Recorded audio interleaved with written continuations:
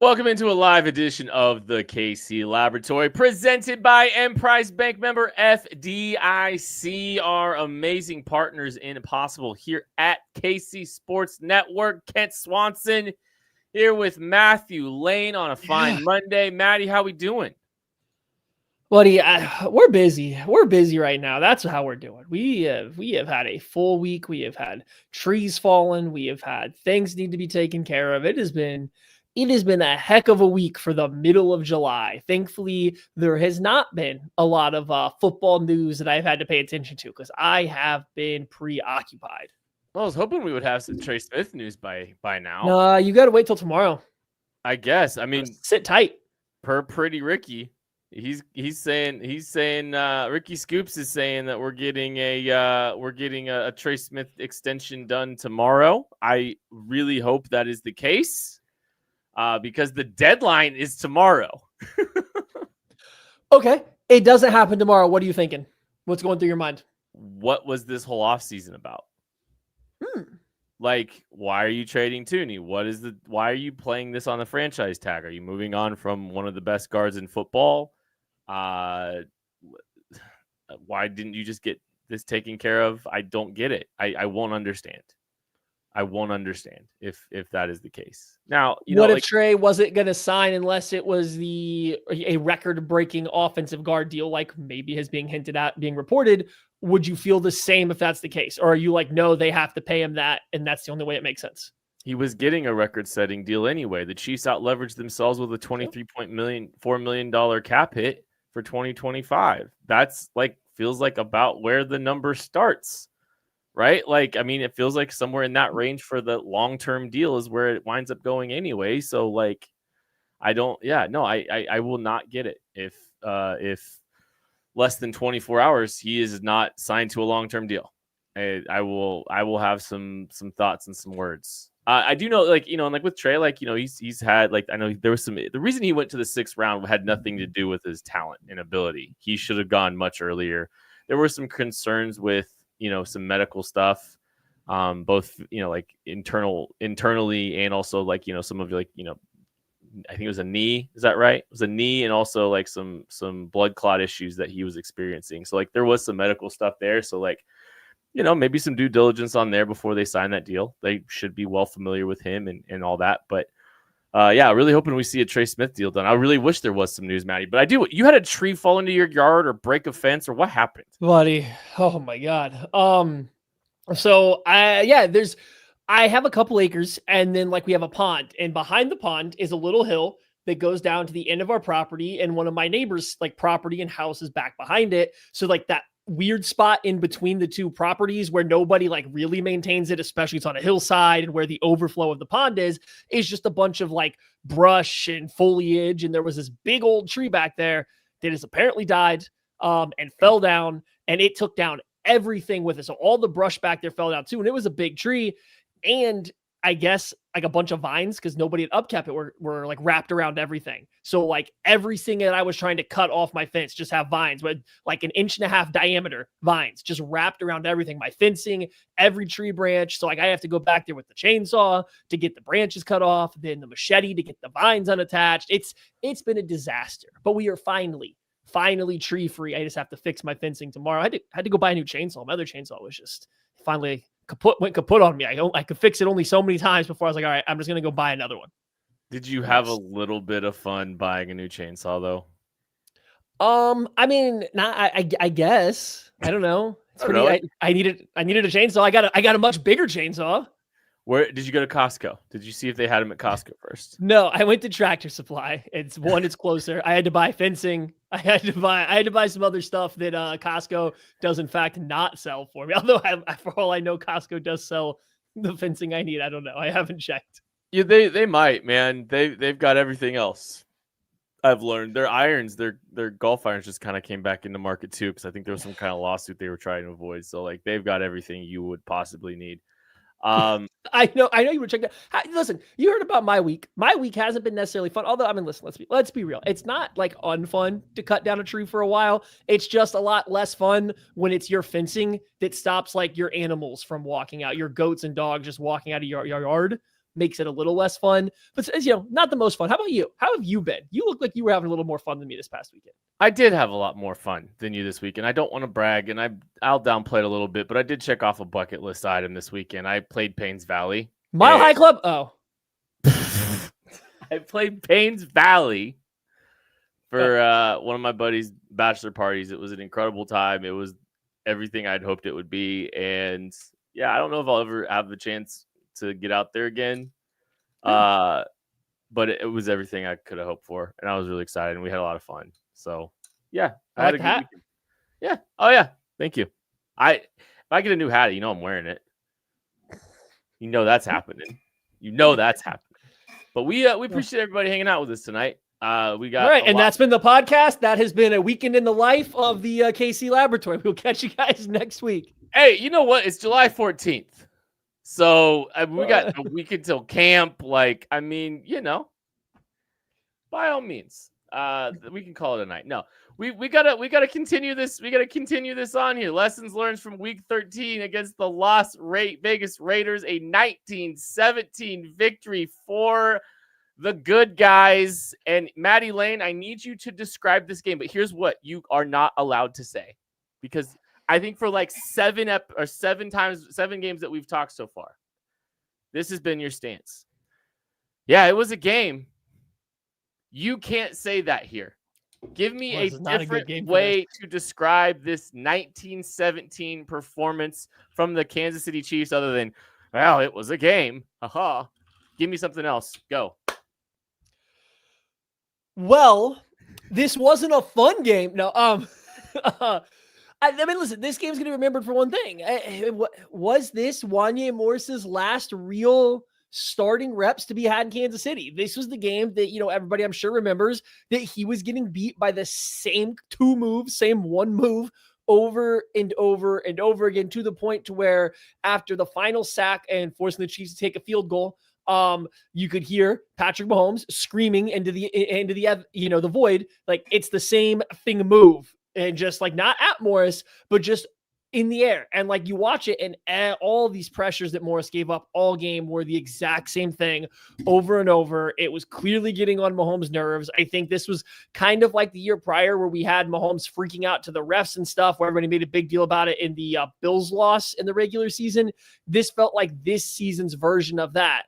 It wasn't that Mahomes was directing anger at any particular person, but clearly Morris's play was frustrating him. And so after that play, we saw Joe Thuney bounce out to left tackle, Mike Caliendo come in to play left guard. It had zero success. The Chiefs went 3 and out their next 2 drives, but like they did make that switch. And the only time that Morris came in and played after that was when DJ Humphries got hurt for the rest of the year. Like that was when he came back in and played left tackle. So this game might've been the end of the Wanya Morris experience.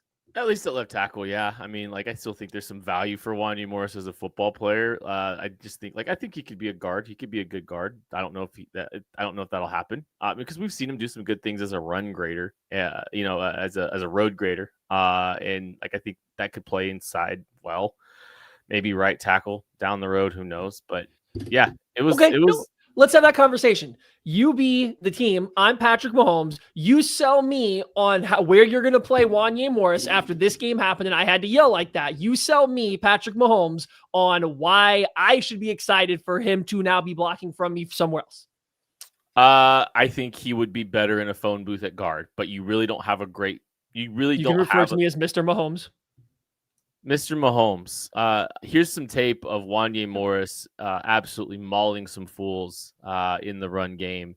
I think some of his issues are probably a little bit more space related. When he's out in space, he definitely struggles. He's not great out of his stance, so he can be a little slow off the ball.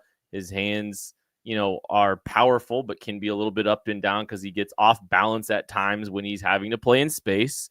But when he is, well connected through the frame, he's pretty sturdy there. He's got good hand tech when that happens. So we think we can kick him inside to guard. You see how big of a human he is. We think he can give you. We think you can give you some good reps along the interior. And there's your pitch. That's why we moved on from Trey Smith. I'm just kidding. So I, as Mahomes here, I'm like, yeah, no, everything is better for the team. I'm really about the team. Whatever makes team better. Big team player. Team.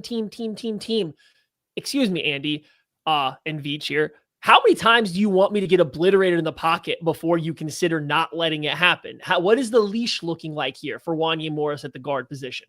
I think Wanya Morris might be a better guard than that Caliendo guy, Patrick. So I think he does great impressions. He's got more physical ability. He's got more physical ability than Mike Caliendo does, and I think he'll stay on his feet a lot more too. So just hang in there. Give us a chance. I've been doing that for the last 3 years. It's a good point, Patrick. Okay. No, I mean, like, yeah, I think if Morris, I don't think that Morris should have completely no chance. He looked better when he did get some reps at right tackle. I guess in week 18, he did play right tackle, if I'm not mistaken. He looked a little bit more comfortable out there. So like, yeah, maybe there's a chance for right tackle. Maybe there is a chance for guard. But man, I just really do think that there is a level of trust that has now been blown, and it's going to take a good bit to get it back, even if he's playing better to different positions. So we'll have to see. I mean, I think that was the biggest takeaway from this game that I had. Your turn. What's your biggest takeaway without saying it was a game? Thank God Aiden O'Connell can't catch a snap. I mean, the Chiefs were on the verge of losing this football game to a very bad football team. And this is one of those prime examples of throw the records out the window when it's a divisional matchup. Am I right? Like, you'll see some of these games kind of happen here or there. You'll see, like the New England Patriots made some things interesting at one point for the Buffalo Bills at the end of last season. The Raiders at 2-10 made things interesting for the Kansas City Chiefs late in this game. After the Chiefs got up 16-3, kind of slogging through the performance, and then a couple fluky plays happen, a couple big plays happen, and all of a sudden the Raiders are up 17-16 late. I mean, like the Chiefs were up 13 points late in the third quarter, Maddie. Like this was on the verge of being football malpractice, and they took care of business. They closed this thing out, but actually they really didn't. They got lucky. This is one of the most sluggish performances down the stretch, especially, the second half of this game.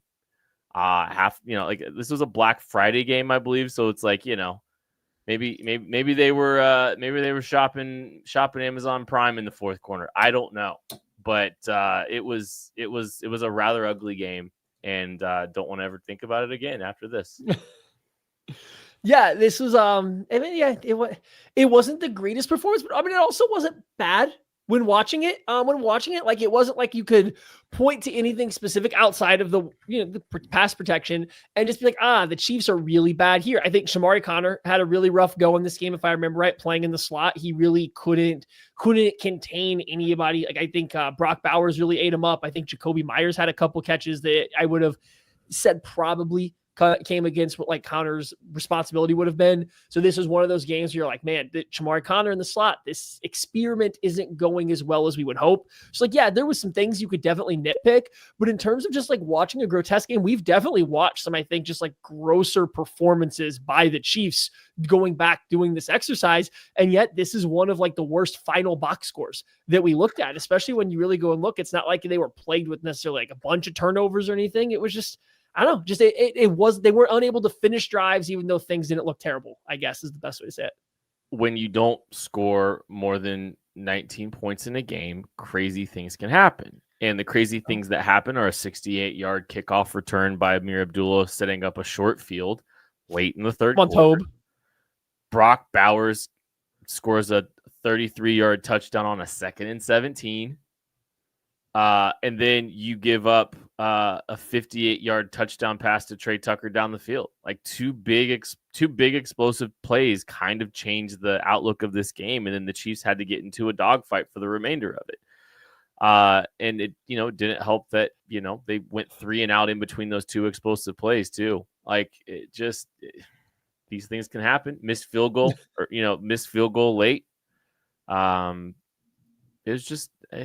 Yeah, it was a rough one for this team, and not finishing in the red either. Like that was another tough thing that this team struggled with this game as well. So, yeah, really ugly game. Thank God for Aiden O'Connell. Some weird stuff. We haven't even talked about the other crazy divisional game yet. I don't think that looked kind of like this one too. So no, I just want to say real quick too. I think this game is one of the one of the ones in the forefront of why people thought that the Eagles were going to run all over the Chiefs in the Super Bowl. Hey, the Eagles beat the brakes off the Chiefs, but it wasn't just because Saquon Barkley did whatever he wanted to do. But I think when you went into this game, the Raiders up until this point had historically, I believe, the worst rushing game, like attack of all time going into this game. And it's not like they were excellent in this game, but I remember watching it. A rookie, Sincere McCormick, was having a big game for them during it. And McCormick, like, yeah. 12 carries and 64 yards. I remember if he was a rookie this year, if it was last year, if he's a second-year guy. But either way, yeah, he just had a good game on the ground. And it's like, oh, maybe this Chiefs run defense that had been really good to start the year was starting to slip a little bit. And I think we saw that over the couple games down the stretch. Like, there was some run defense things, but again, it wasn't awful. It just wasn't great. This was also Isaiah Pacheco's first game back from his injury. I think it was really helpful for Mr. Kareem Hunt to have that break, to have somebody there to take some of the carries away from him because his body was really starting to wear down. Pacheco averaged over 6 yards per carry, had I think the Chiefs' longest running back run of the season in this game of 34 yards, right? So like they even had some, not a lot. They didn't run the ball a ton, but they one of his better rushing efforts of the year. It's just, I don't know. Game just didn't make sense. Nothing about it was cohesive, even though like in the grand scheme of things, nothing looked like a train wreck besides the pass protection and Shamar Connor. Sorry. We haven't talked about that other AFC West game that I was alluding to a second ago, but there's a chance that we are because we're about to play Wheel of Games to figure out which game we will be watching on Wednesday.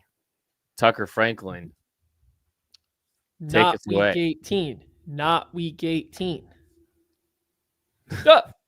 Ah! Hi, Tuck. Oh. Maybe. Maybe not. There we go. Perfect. Buy some time, Kent. Do something. Do a dance. How'd you shoot? Not terrible. 97. Yep. And I left a lot on the course the last 4 rounds. I tripled 3 of the last 4 holes. So I was sitting pretty, and then I melted down at the end. There's Tucker. There we go. Sorry, fellas. My computer was messing up. The wheel. You would think the wheel would have a lot less trouble with these few names, but I'll go ahead and spin it. 3 games left, by the way. Hey, Tuck, real quick. How was your week and weekend? It was fun. I played in the KC Current Media game. That was fun. No! Oh, it's week 18 at the Broncos. Craig got out of here without having to do it. This is unbelievable. It finally happens. Week 18. Denver Broncos. Seamus is very excited. The bid is over, and we have to break down week 18 against the It's not okay. It wasn't a bit. You can relax. It's the most exciting game left by far. You guys had 2 Broncos games left. I think that's crazy that the 2 Broncos divisional games were left plus the divisional round game against the Texans. Know what? Because Craig didn't want to do this game, I hope he has to watch the earlier Broncos game of the year. That might even be grosser. Yikes. Can't wait. All right, we're going to take a break. We'll be back right after this. Looking for tickets for your next event? Tickets for Less is your #1 source. Save big on every purchase when you use promo code KCSN at ticketsforless.com. I'm BJ Kissel, founder and CEO of KC Sports Network. Emprise Bank has been with us from the beginning. They were our first network partner, and they believed in the vision of what we were building from the start. I can't speak to any other banks or companies and how they operate, but I can tell you from personal experience and based on the growth of the network you're listening to right now, that if you have banking needs, call our friends at Emprise Bank. We've worked with so many great people there over the years, from Vicky and Aggie to Andrea, Lori, Jackie, Deb, and Aaron, and not to mention so many others that not just supported KC Sports Network, but supported our KCSN Foundation as well. But the best thing that I know is that if I have a question or a problem, no matter how dumb the question is, I know who I'm going to call and who I'm going to talk to. And I know that I'm getting an answer from someone that I can trust. And I know that person is there to help us. That's why Emprise Bank has always been and continues to be our partner in Possible. And they can be yours too. You just have to reach out. If you have a banking need, whether it's business or personal, hit me up. I will connect you directly with the same people that have helped us build KCSN. And that's our friends at Emprise Bank. Folks, there's nothing that beats relaxing on a hot summer day and watching some baseball. And there's no simpler way to get in on the action than by downloading the Pick 6 app from DraftKings. It's crazy simple. Just pick more or less on the stats for 2 or more of your favorite players, and boom, you're in the mix for big cash prizes. And the best part, Pick 6 is available right here in Missouri. Don't miss out on the fun. Don't settle for a smaller payout. Switch to Pick 6, and right now, new customers can get $25 in bonus picks with their first deposit of $5. Here's what you got to do. Download the DraftKings Pick 6 app now and use code KCSN. That's code KCSN for new customers to get $25 in bonus picks with their first deposit of $5. Better payouts, bigger wins, only with Pick 6 from DraftKings. The crown is yours. Gambling problem? Call 1-800-GAMBLER. Must be 18 plus. Age and eligibility restrictions vary by jurisdiction. Void where prohibited. New customers only. Minimum $5 deposit. Bonus picks expire 168 hours after issuance. For additional terms and responsible gaming resources, see pick6.draftkings.com/promos. Appreciate everyone hanging out with us tonight. As we get the screen back to normal. Nope, I like this. This is different. This is new. Oh, there it is. Close up. Almost. There it is. Doing great, Tuck. I do appreciate everyone hanging out with us on a Monday in July. We are about a week from Chiefs reporting. Cannot wait to see the team in action, see what Josh Simmons is up to, get some Josh Simmons updates. We are on the verge of getting some very real conversations started about this football team, and I, for one, am beyond excited to get out of the doldrums of summer football calendar. So how good is Josh Simmons going to be? Is he going to be Joe Thomas, Trent Williams, better than both? Combination of both, I think, is kind of what I'm going for. Might even be able to play running back, which we are ranking the top 10 running backs in the National Football League. He played running back when he started playing ball. So everyone did. Every NFL player started at running back. He had a video talking about all of his jerseys of his past. Sorry that I'm a Josh Simmons fan, and I watched things that he put out on YouTube with the Chiefs, Kent. I'll have to go watch him, I guess, because I definitely haven't. I've been too busy just praying for his knee. But let's do this. Let's rank these running backs. Let's rank the top 10 running backs in the National Football League. We've been going through these just position by position. It's been a lot of fun. Tucker started making graphics for him. I appreciate him getting that graphic done for me because I definitely didn't give him my list until very late today. So apologies to Tucker, and Tucker came in clutch with that. I have 4 tiers. Maddie, how many tiers do you have for the running back position? 5. You have 5? Heck yeah, you do. Almost. What kind of weirdo only has 4 tiers? You last week. That was for a different position. How did you find this compared to some other positions? Easier, harder, different? Just how's the process for you? Easier. Than last week for sure. I think there's a good case for 8 to 13. I think there's some players you can call your shots on. I think there's some older running backs in there. Just like it kind of just depends on your little bit of projection for 2025.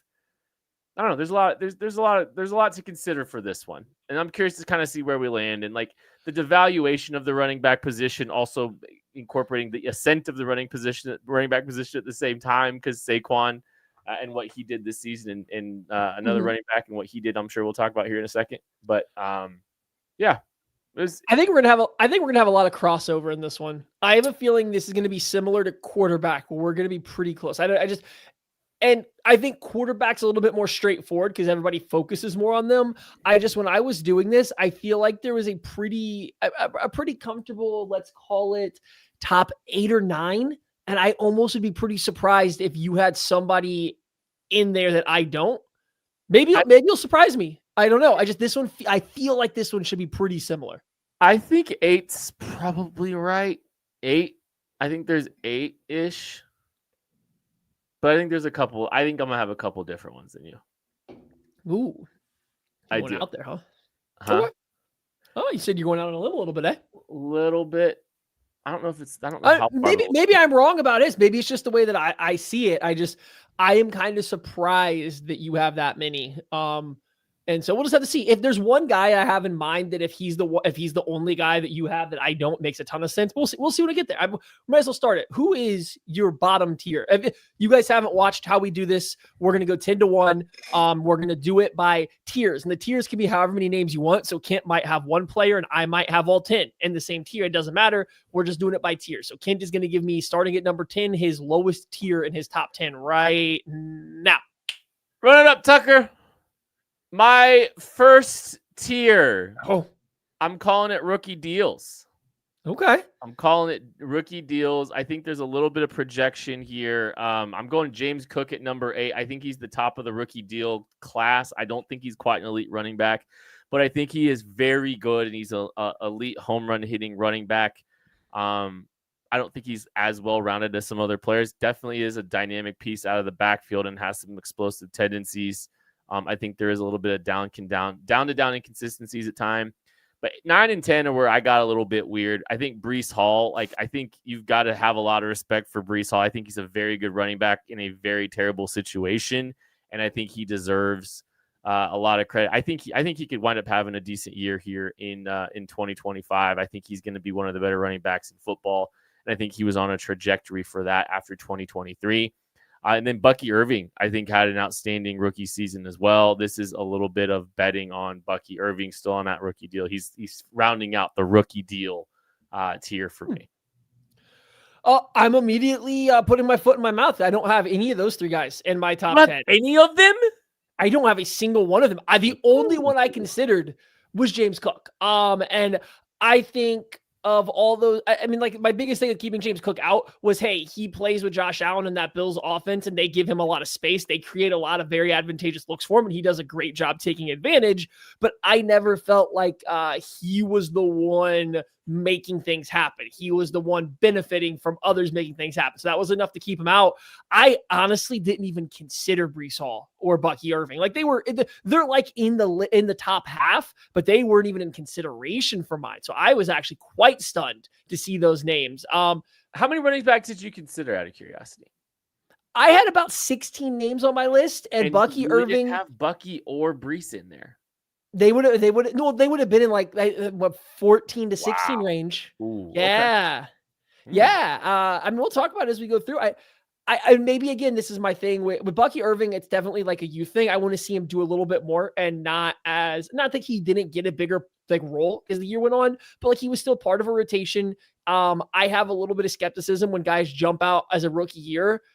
Especially if you're not the starter and you come in and then defenses are having to react to what you do on the fly without really knowing. So I have a slower trust going into that, I think, than others. That's why Bucky Irving was off of it for me. Breece Hall, I don't know. I think we saw that. I think we saw the non-young version of him and teams trying to stop him. Terrible situation, but I don't know.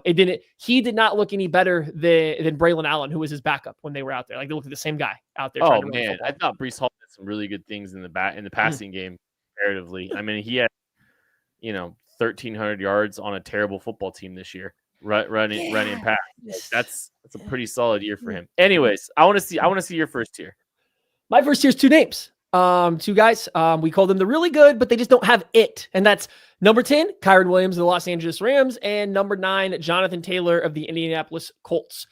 I think both are very good running backs. Both can do a little bit of everything. They can be 3-down guys. You don't have to take them off the field on 3rd down. They can do any run that you want, but they just seem to be missing the it factor, whatever it is. With Kyren Williams, it's obvious. He just lacks juice. Right? He doesn't have home run ability. He checks every box. He just doesn't have a lot of juice. And then with JT, I think everything on paper is there. It has never quite translated to being a dominant on-field runner or player at the NFL level than you would want. I do think there is some Derrick Henry-ness to his game, to where when he has to stop his feet, it takes a little bit to get going and redirect. And I do think that slows down kind of his progression throughout the play. But yeah, I think really good 3-down running backs, very versatile. They're just missing something, and you can't even really put your finger on it. Whew. I'm gonna talk about Jonathan Taylor in a minute here. Actually, okay. A little higher on Jonathan Taylor. That's fair. A little higher on Jonathan Taylor. Actually, he might be in the next tier. I think he's in the next tier. Okay. Throw it up. I call it the big money deals. These are 3 running backs that have got paid here in the last few years. They're no longer on their rookie deals, but they're still productive running backs. And yes, you will see where I have Jonathan Taylor at number 5. So Jonathan Taylor, Christian McCaffrey, and Josh Jacobs is my next tier. And there's some injuries. There's some injuries baked into some of these guys here. Like, these are definitely some aging running backs. Christian McCaffrey is still exceptional when he's on the field. And here's the thing. Here's the thing you need to hear about Jonathan Taylor, Matthew. Do you realize he averaged over 100 yards per game on the ground in 2025? Jonathan Taylor seems like a lot. Yeah, in a terrible situation with the Indianapolis Colts, with an awful quarterback situation, he still put up 100 yards a game when everyone was going out of their way to try to stop him. He sneakily had a fantastic season last year, and people really didn't talk much about it because the Colts were uninteresting, boring, not particularly good. But he put up 1,400 yards on the ground. I also think Jonathan Taylor suffers from not being a sexy runner, as in, like, go find his highlights. His highlights don't quite match up to a lot of the other guys we're going to talk about ahead of him either. Not that he's not like a great athlete, but like his best runs, just they don't have crazy jukes. They don't have him straight stiff arming a DB into the turf. You know what? If that makes sense, like he doesn't have the sexiest highlight package of runs, and maybe that has persuaded me a little bit on him. But yeah, I think that kind of stuck out to me a little bit. Last year, in 2023, Christian McCaffrey had 1,459 yards with the San Francisco 49ers in 16 games, by the way. Now, granted, much better dynamic pass catcher, but Christian McCaffrey, I still got to show respect to the now 29-year-old running back, but he only played in 4 games this season. And so, like, there's a little bit of that baked in there. Josh Jacobs, I think, is also a very good running back. I think not that they're the same player, but just like, I don't know.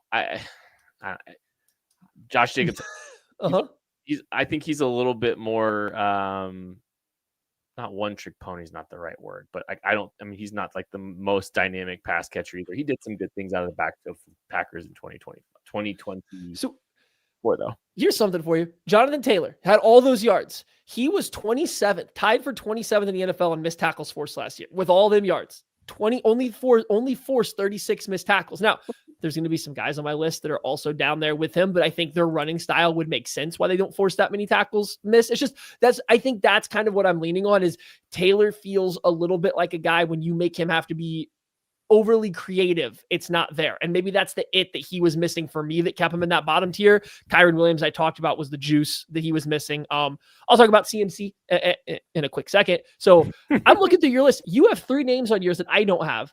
I'm going to have 3 names on my list that you don't have. I'm assuming Kyron Williams is one of them. I don't think in your top 5. One, I'm assuming another one's coming up now, but that means there's going to be somebody in my top 6, 5 that you don't have at all in your list. It's because you love Alvin Kamara. There's going to be somebody in my top 4 that you don't have in your list altogether. You can do my next list now, Tuck, because can't definitely just hit my next guy. These are the, oh my God, he did 2 of them at once. That's all right. What the hell do I do with these guys? Christian McCaffrey and Alvin Kamara. Those are 8 or 7 and 8 respectively.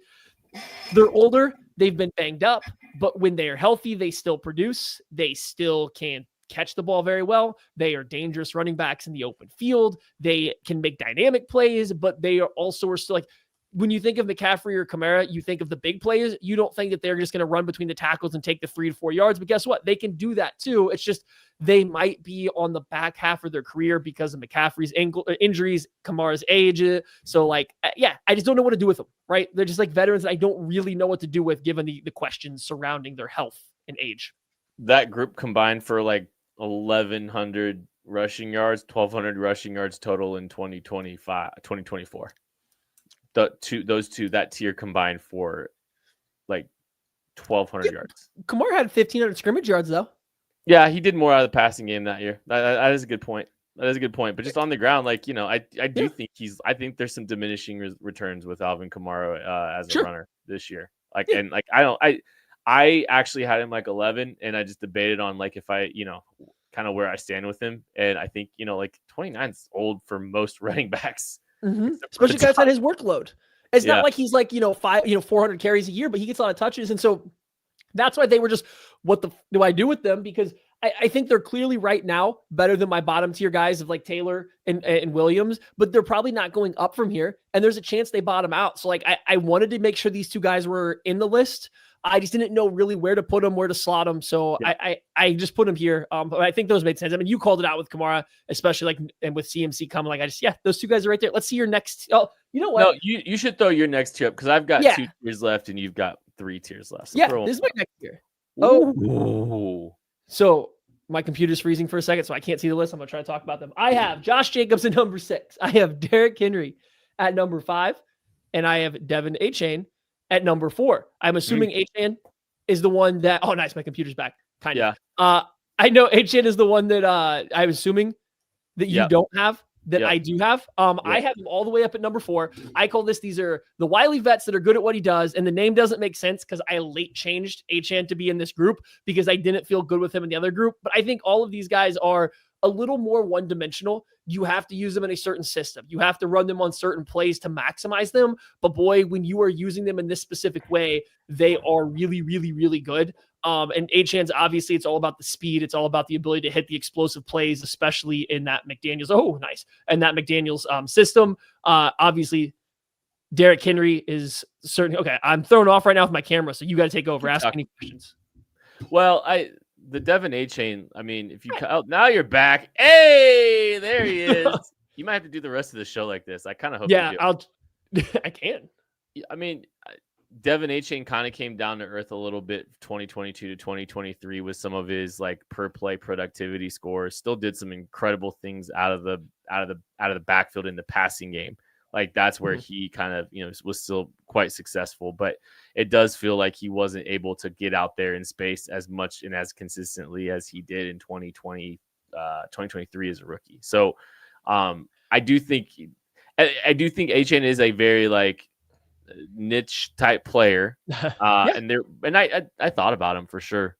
Still, so don't get what me got wrong. him in there is his splits with Tua playing and without Tua playing are insanely different. When Tua plays, he's phenomenal. It's when Tua's not there and everybody essentially keys in on whatever that goofy run game is going to look like. That's when he starts to struggle. And maybe that does make him, again, a little bit more specific because you can't run the entire offense through him like you can a Derrick Henry or a Josh Jacobs if you must.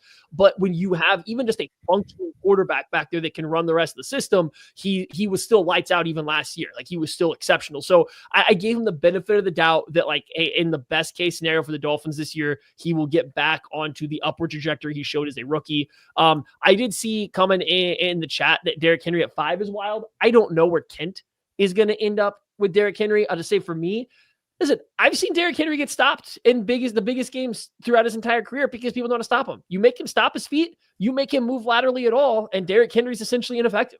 The Chiefs have done it over and over again with the Titans, with the Ravens last year. You make his feet stop at or near the line of scrimmage and or move laterally, he's essentially just becomes a very mediocre Jag level running back that offers almost nothing in the passing game. So I think he's really good when he's going downhill and when he doesn't have to stop. And the Ravens do a good job of getting him there, especially as the year went on. But I just think of all the guys that I have ahead of him, I think he's a lot easier to game plan to stop. If you're, not considering the fact that Lamar Jackson's his quarterback. Just throw my next one up. We'll talk about that in a second. Hey, the elite tier. I have Derrick Henry number 2. And I understand, I think there's a legitimate argument to be made there. Like, he has been stopped by Steve Spagnuolo, but, not very many other teams can lay claim to being able to stop Derrick Henry. And Derrick Henry has been, he had a revelation of a season last year. It was his most rushing yards since 2020 last season with the Baltimore Ravens. 325 carries, 1,921 yards, 16 touchdowns for Derrick Henry last season. An elite season, a rejuvenation. I think there's a chance that he could fall off a cliff this year. But we kind of thought that was going to be the case last season. After last season, he was a very pedestrian, only 1,200 carries last year, 4.2 yards per carry. But he was right back into the game again, doing Derrick Henry things. And then I had a couple young guys in there, Jahmyr Gibbs at 3, Bijan Robinson at 4. I think both of those players probably jump Derrick Henry in 2026 if we do this thing again. They are complete players. They are players that you can run an offense through, and these teams have run their offense through. And I think the arrow is pointing up for both of them to continue ascend and continue to be elite running backs, but they are already there as elite running backs. Yeah, I'm not gonna get bent out of shape if somebody has Derrick Henry like that high. I've always had this thought about Derrick Henry though, and maybe it is skewed because of the Chiefs' success against them. But when I watch a defense that has Dan Sorensen being a key part of stopping you as a running back, like I'm gonna have a really hard time putting you at number 2. I think it is. And it seems a little too easy for me to know how to stop him, to put him up there. And I do think that he's a little scheme specific. And I saved my next tier that Tucker can put up now for 2 guys that I think are a lot more versatile, a lot more scheme diverse in what they can do. So I have at number 3, Jahmyr Gibbs, and number 2, Bijan Robinson. I don't think that's particularly much of a surprise here, but I can run any scheme with them. I can use them in the passing game. You can't key in on stopping them by simply just muddying up the line of scrimmage and making them move laterally, because they both excel at that, and they're still going to produce big plays afterwards. I think Bijan in that offense and what they were dealing with Atlanta last year put not a sour taste, but people didn't realize how good he was at what he was being asked to do for a team that clearly was not he was not working offensively as well as they wanted to. And I still think he made a lot of things right for them. A lot of the blocking wasn't great. He had to set up a lot of different stuff. He was the engine that made that entire offense go. And so, yeah, I think both those guys right there, just they offer me a little bit more. And I think they're a lot harder to defend than anybody below. And the fact that I think I could drop them into any offense, put them above the other 2. I think that is fair. I think those guys are just drop them in and do it all. Listen, I want to get back to this because Sophia's right. Derrick Henry is to me what Kittle is to you and Craig. And I have to say, I was laying in bed watching the receiver show from last year because I never watched it. I don't know how you guys hate George Kittle so much. I don't get it.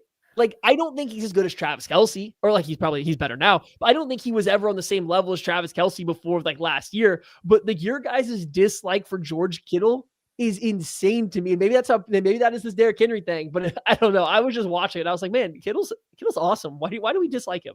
I don't think I hate George Kittle that much. Golden retriever. But I do there's something missing for me there. And it's the what's up, George, kind of in the middle of one of the biggest games. And just a little too doofy for me. I don't know. Okay. But that was funny. Sophia was right. Because I am clearly much lower on Derrick Henry than at least you are. And not much. I mean, I have him top 5 at my running backs. He's just in my 3rd tier. He's away from the tier that I have him a tier lower than you do. So I don't know if it's quite as big of a gap. Because I don't know if you watch the tight end show. I had Kittle, I believe, as my tight end 2. And Craig had him as 7 or 8 or something like that. He had him real low. And I was like, whoo. He had George Karlaftis ahead of him in the tight end rankings. Wasn't even the highest. Better George. He also had Curious George up over him, too. It was crazy. Boy George. George of the Jungle. George from Seinfeld. George Costanza, yes. No, I want to say from Steinfeld. I think that's better. From Steinfeld? Seinfeld. I heard Stein with a T. Tucker, George with a J. With a T? Did you hear that, or were you? No. Okay, he didn't hear it. Just go to my next tier. I call this the Saquon tier. Yeah, and it's a good tier. Saquon, and I think we have the graphic. What we do, technical difficulties right now. The Saquon tier. Yeah, well, that's a good tier. Can you explain? Can you elaborate? Well, there's elite, and then there's Saquon. Okay. Man deserves his own range. He deserves his own tier. Yeah. He is he's still got it, man. And what he did with the Eagles was unbelievable last season and very easy to like, even though he just won the Super Bowl over my favorite team. So, all right, we can throw my last tier up. We got Isaiah Pacheco coming in at number 1. I was hoping the graphic would be up by now. Tuck, you doing okay? I think StreamYard is kicking us, but I got the reverse tier for the reverse hurdle here. That's Saquon Barkley coming in at number 1. Yeah, I don't know. There's not really a lot to say. I think that everybody knows how good Saquon was. One, he has the cool factor working for him right now off of this past season, and then he wins the Super Bowl. So everything's working for him. I think one, he hits the highlight stuff. Two, he's good in the passing game. So he checks all these boxes. But when I watch him, there's stuff that he does as a runner right now that other guys can't do. And what I mean by that is there's rushing angles or like lanes that he can get to that other guys can't. And that even includes somebody like Gibbs or Bijan, who I think are very good, but Bijan's not as explosive. Gibbs isn't big enough to run through the arm tackles necessary. He just has access to rushing lanes that other guys don't. Like there's no other running back in the league right now can take some of these backside cuts that he takes. None of them can stretch out the plays that he does because they can't pace it the same he does. They can't put their foot in the ground and explode 5 yards upfield to get to the second level before the flow can get over the top of it. So he's playing running back a different way than everybody else. And that's why I think you saw him have like the most, like, was it 60-yard rushes in like a single season of all time or something? Like he's operating on a different level. And yeah, the offensive line in front of him is really good. But again, like he's able to access spots, like rushing lanes. He's able to utilize those blocks in a way that no other running back in the league can right now. So like it is otherworldly at this point in time. I don't really know. I don't know if there's much else to say about it, honestly. He's been the best running back when he was a New York Giant, and that should say something. Like that should say something. So there's the top 10 for us real quick. Bucky Irving, Breece Hall, James Cook, Josh Jacobs, Christian McCaffrey, Jonathan Taylor, Bijan Robinson, Jahmyr Gibbs, Derrick Henry, and Saquon Barkley for me. Maddie, why don't you read off your list? Yeah. Kyren Williams of the Los Angeles Rams, Jonathan Taylor of the Indianapolis Colts, Alvin Kamara of the New Orleans Saints. Do they even exist? Number 7 is Christian McCaffrey of the San Francisco 49ers. Number 6, Josh Jacobs of the Green Bay Packers. Number 5, where he belongs, Derrick Henry of the Baltimore Ravens. Von Achane of the Miami Dolphins at 4, Jahmyr Gibbs of the Lions at 3, Bijan Robinson of the Falcons, number 2, and the Madden cover guy himself doing a reverse hurdle as we speak, Saquon Barkley of the Philadelphia Eagles at number 1. Kit, anybody, we talked about some of our honorable mentions. I saw some names in there. Did you have any like thoughts of putting like a James Conner in here, a Chuba Hubbard in here? These are some guys I watched and I didn't do it for me to get in there, but anybody that you were like, man, I really wish I could get this guy on the list, but I couldn't right now.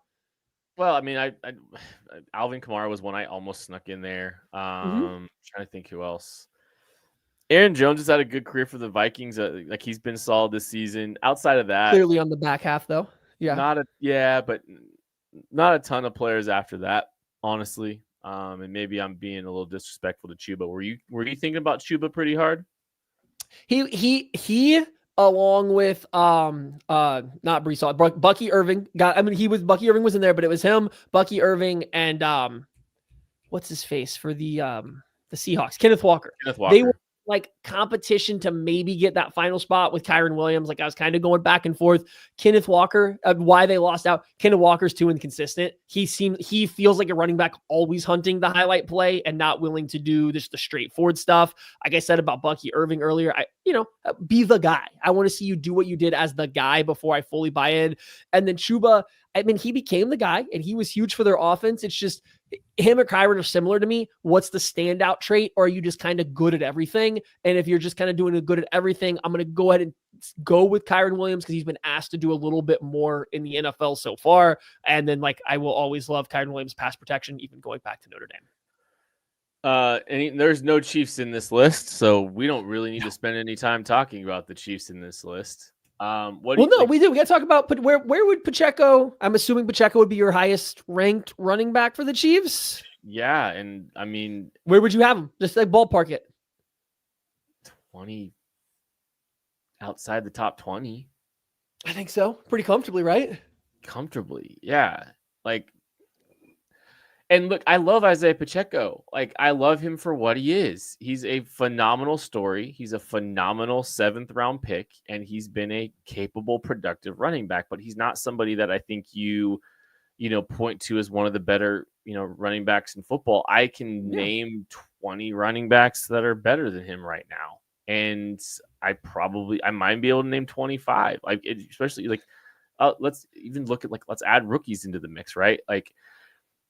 Well, here's some names we haven't mentioned. I got some guys up here. Here's some names that you did that we haven't even mentioned yet, and I want you to tell me if he'd be higher or lower. Okay. Ashton Genty. No. Lower, right? Yeah. No. Joe Yeah. Mixon. Lower. Tony Pollard. Lower. David Montgomery. That's an Lower. interesting one. Lower. No, Tyler Algier. Lower, probably. Omarion Hampton. Lower. Najee Harris. Lower. Brian Robinson. Lower. DeAndre Swift. Probably lower. This is a list of names I have now just read off all of the names and others receiving votes or players that have been ranked by Pro Football Focus doing their top running backs or ESPN's asking executives. We have now gone through every name mentioned on those. Now, the PFF, to their thing, they did have Isaiah Pacheco at 23. We read every other name in the top 24, 26. Besides that, it's like, all right, here, let me do this for you. Congratulations, Matthew. You have been given the ability to give Isaiah Pacheco a rookie contract. So you are going to be able to secure him for 4 or 5 years now. You are essentially what is happening is Isaiah Pacheco is entering the 2025 draft and he is back in there. And so you have the ability to draft him again. Would you take him over Ashton Genty? no. Marion Hampton? No. Quinshon Judkins? Well, I got to look into the legal issues. Travion Henderson. Moving on. Forgot. Travion. No, I'm taking Henderson. RJ Harvey. I'm not as high on Harvey as others, but I think I have seen Pacheco's ceiling, so I would probably take Harvey. Caleb Johnson. Am I the Chiefs? You are the Chiefs. Let me keep Pacheco. Okay. I'll throw in a couple. That's purely fit. That's purely fit, and it's because I know on third downs what I can do with Pacheco. I don't know if Caleb Johnson's ever going to give anything there. It's a risk reward for that one. Okay, and I'll throw a couple names. Bushell Tootin. Give me Pacheco. Cam Scatterbo.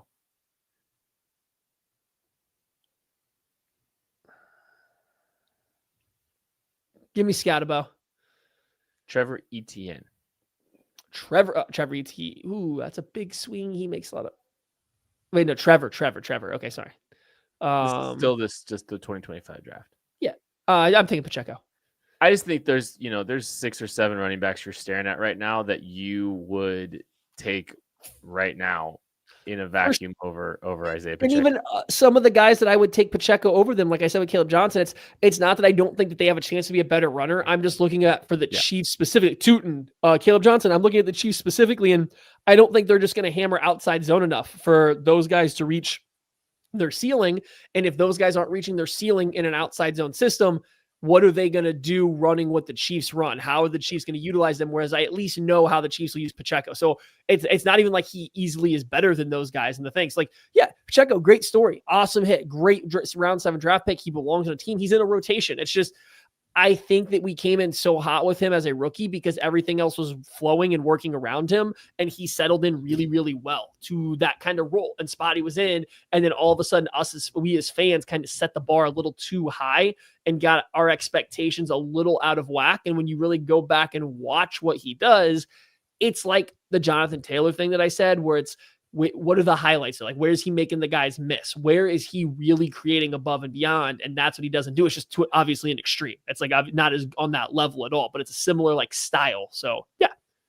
All right. July 14th, 2026. Ashton Genty is where on this list? He is well, okay. My what the heck do I do with them tier of Kamara and McCaffrey are either going to be, I think, up or down from where they are. Down. One of the two, right? No, I'm just saying, like they're gonna have moved. The answer's down, right? I think Genty will settle into the back half of my top 10. I don't know if I think he's going to hit the ground and run. Like, I know everybody was enamored by his game versus Penn State. And like, I definitely think he showed well in Penn State for what was happening. But I also think that's what he kind of looks like against pro guys. He was no longer breaking 13 tackles a play when he was playing against guys that have the actual potential to go to the NFL. So I don't know if I think Genty's going to hit the ground and immediately be a top 5 running back in the league, but I do think he'll probably be vying for a top 10 spot. I think that's about right. I don't think he's that fast.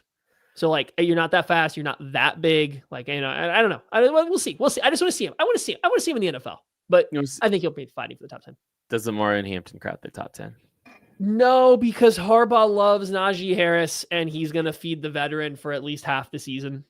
Harbaugh tried to recruit Harris coming into college, didn't get him because he obviously went to Bama. I think he has been very much a fan of him for a long time. So I think he's going to get plenty of run before it gets turned over to Hampton. Brashard Smith coming in at number 6 next year. That's going to do it for this episode of the KC Laboratory. Thank you all so much for listening, watching, supporting. We love you. We appreciate you. We'll catch you later. Congrats to Kent for doing something he's never done before.